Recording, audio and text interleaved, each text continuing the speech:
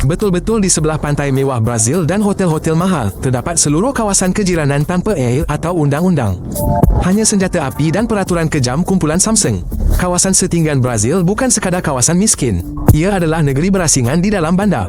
Dengan cukai mereka sendiri, hakim mereka sendiri dan hukuman mati mereka sendiri. Negeri tidak masuk ke sini.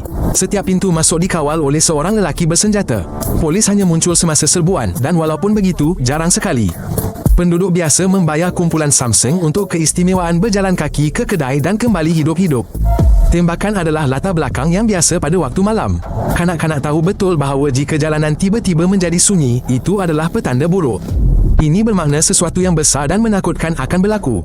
Hampir setiap budak lelaki dari kawasan setinggan melihat mayat sebelum dia dapat membaca. Nyawa manusia kurang bernilai daripada sekotak rokok di sini. Dan itu bukan metafora. Ia benar secara literal. Kumpulan Samsung merekrut kanak-kanak seawal usia 12 tahun.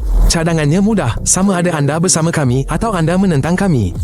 Tiada pilihan ketiga. Anda perlu memilih dengan cepat sebelum anda terbunuh kerana keraguan anda. Bahagian yang paling menakutkan, Hotel 5 Bintang hanya 15 minit pemanduan dari lorong-lorong ini. Pelancong tidak melihatnya dan mereka yang tinggal di sana tidak akan pernah dapat pergi. Bayangkan sebuah kawasan kejiranan di mana ambulans tidak pergi, di mana polis tidak pergi, di mana pegawai tidak datang. Ini bukan fiksyen, tempat seperti itu benar-benar wujud sekarang. Di Pulau Haiti, terdapat sebuah kawasan kejiranan yang dipanggil Kota Matahari. Tetapi ini adalah jenaka pahit manis. Kerana tiada matahari, tiada undang-undang, tiada masa depan di sana. Hanya geng yang memerintah segala-galanya. Geng mengawal setiap langkah di sini. Jika anda ingin membeli makanan, mintalah kebenaran. Jika anda ingin melawat saudara mara di kawasan kejiranan lain, bayarlah. Jika anda ingin terus hidup, jangan tanya soalan. Pada tahun 2024, seorang ketua geng tempatan mengarahkan pembunuhan lebih daripada 180 orang warga emas. Dia memutuskan bahawa mereka bertanggungjawab atas kematian anaknya menggunakan ritual gelap.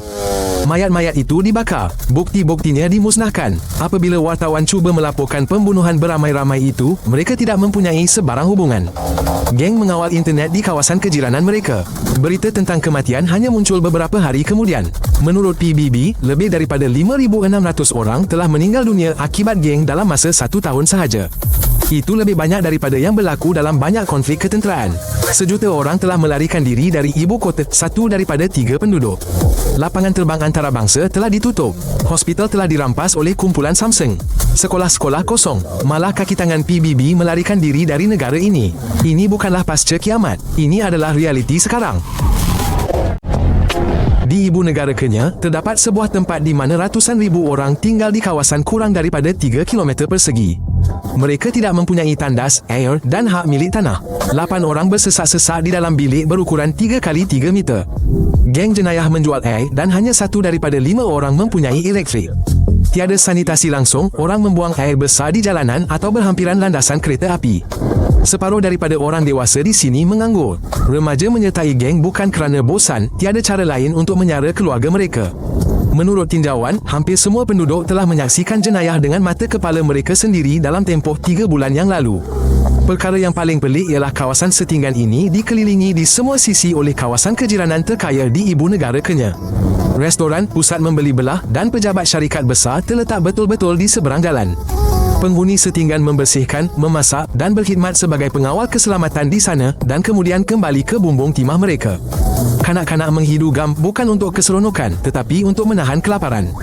12% daripada populasi dijangkiti HIV. Dalam kalangan gadis berusia antara 16 hingga 25 tahun, separuh daripadanya sedang hamil. Kawasan setinggan ini telah wujud selama beberapa dekad. Kawasan ini telah dijanjikan berulang kali untuk dirobohkan dan dibina semula. Tetapi ia hanya tumbuh kerana orang ramai berpindah ke sana dari mana-mana sahaja, sekurang-kurangnya ada pekerjaan berdekatan.